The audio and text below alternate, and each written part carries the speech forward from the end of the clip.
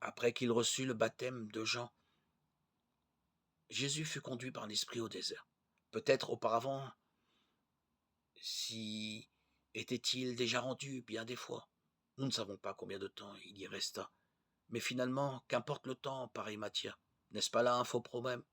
Le poser, c'est rester à la surface des choses, loin de ce qui constitue le caractère unique de cet événement. Jésus découvre ce qu'est l'obéissance, c'est-à-dire la consécration totale de sa vie à Dieu et aux hommes. Il apprend qu'il est la voie par laquelle Dieu se manifeste. Il se place ainsi aux côtés des personnalités puissantes qui l'ont précédé ou suivi, les prophètes, saint Paul et la grande lignée des saints. Ce silence, cette solitude, ce désert lui sont indispensables pour que jaillisse en pleine lumière ce que serait la mission que le Père lui a confiée. Être entièrement au service de Dieu et des hommes, être totalement et uniquement la voix du Père, et s'identifier pour ainsi dire à sa mission.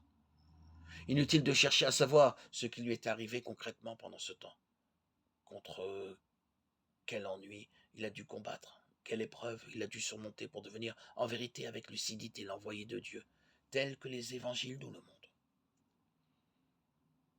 Que ce fut un temps de redoutables tentations, les évangiles en témoignent.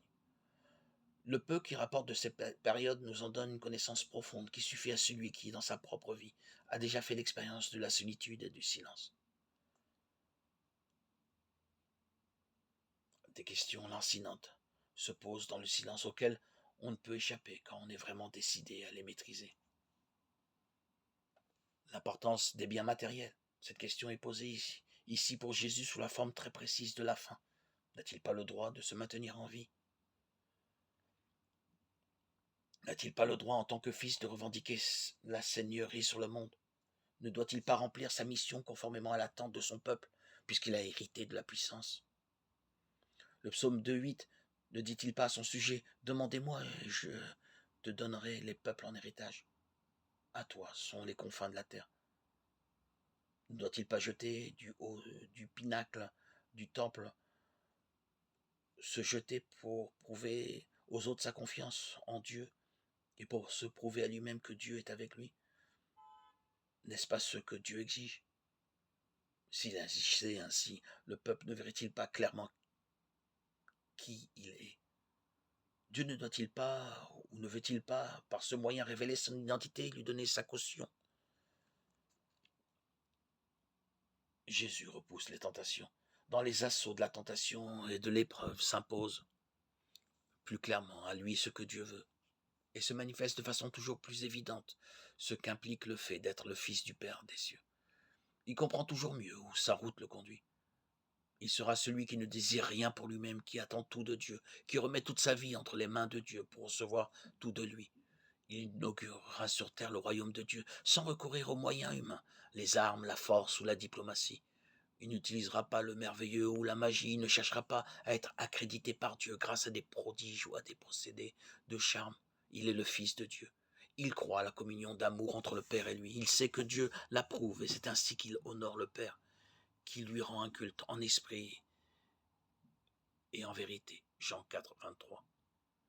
Quand on sait avec quelle facilité on se prend au sérieux, comment on a vite fait de présenter sa propre volonté comme étant celle de Dieu et de l'imposer au nom de Dieu, on mesure aisément ce que Jésus a dû surmonter pendant ce temps d'épreuve pour devenir celui qu'il est pour nous.